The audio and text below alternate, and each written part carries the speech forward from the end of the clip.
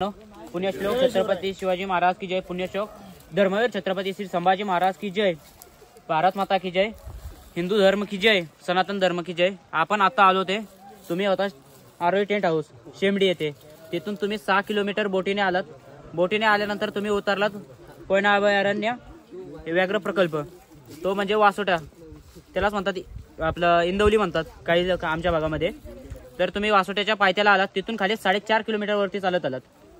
पहिला आलात तर तुम्ही फॉरेस्टचा आपला चेक नाका, तिथं आपली चेकिंग वगैरे सगळी झाली। तिथं आपलं काही डिपॉझिट वगैरे ठेवलं गेलं। तिथून वरती आलात की मारुती मंदिर। मारुती मंदिर का तिथं बांधलं गेलं असेल, काय अंदाज कुणाला? गावाची वैशिष्ट्य ठिकाणी प्रत्येक मारुती मंदिर असतं नाही, ते म्हणजे आपला त्या काळाचा चेक नाका। ते वेशी म्हणतात हा, म्हणजे गडाच्या खाली काय असं ते आपल्या आतमध्ये जे काही कोण येणार अनोळखी, तिथं त्याला चेक केलं जायचं। चेक माणूस तिथं राहतोय म्हणजे मंदिर पाहिजे, माणसाला भीती असते माणूस आहे, त्यासाठी देवाचं ठिकाण म्हणजे तिथं बांधलं गेलं। तिथून तुम्ही वरती आलात, आपण जिथं तुम्ही बसला तिथे काहीतरी तुम्हाला थडगी म्हणलं होतं, तुम्ही बघितलं होतं, कोणी बघितली माहित नाही। हा, ती म्हणजे आपले काही सैनिक वगैरे काय असे हे करताना सेनामध्ये शहीद होतात, त्यांचं तिथं समाधी म्हणून बांधली गेली। तिथून वरती आपण इथे आलो उन्हाच्या पॉइंटला।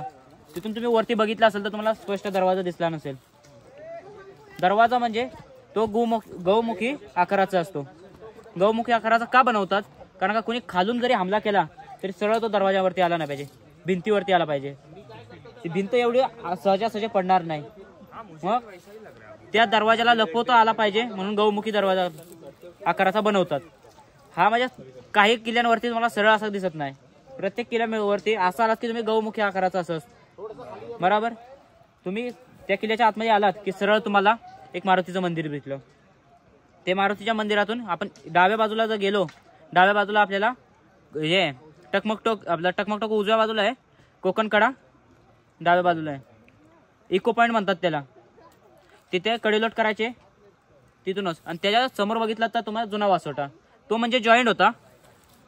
तो जॉईंट पूर्णपणे आता तो खाली काही वर्षापूर्वी तोडला गेला, जेव्हा इंग्रजांचे सैनिक आपले या किल्ल्यावरती कैद होते, तेव्हा तो इंग्रजांनी या बाजून म्हणजे जावलीच्या बाजून त्यांना हल्ला करताना येत नव्हता घनदाट जंगलामुळे, कारण ते कोकणाच्या साईडून आले।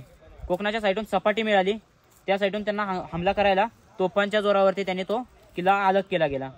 या किल्ल्याचं वैशिष्ट्य म्हणजे हा किल्ला बांधला गेला 1177 ते 1193 सालापर्यंत शिलरच्या भोजराजाने। तो आपल्या महाराजांकडे आला 1665 साली। या किल्ल्याचं आपल्याला वैशिष्ट्य म्हणजे हा किल्ला म्हणजे जेल म्हणून उपयोग केला जात होता। हा किल्ल्याचा इतिहास उलगडून कुणाला सांगितला गेलेला नाही, इथल्या स्थायिक माणसांना जेवढा माहिती आहे तेवढंच, नाहीतर तुम्ही पुस्तकं वाचाल त्यात बी जेवढा सांगतो तेवढाच येईल, त्याच्या व्यतिरिक्त कुठेही उलगडला गेला नाही, कारण इथे जेल म्हणून उपयोग केला जातो।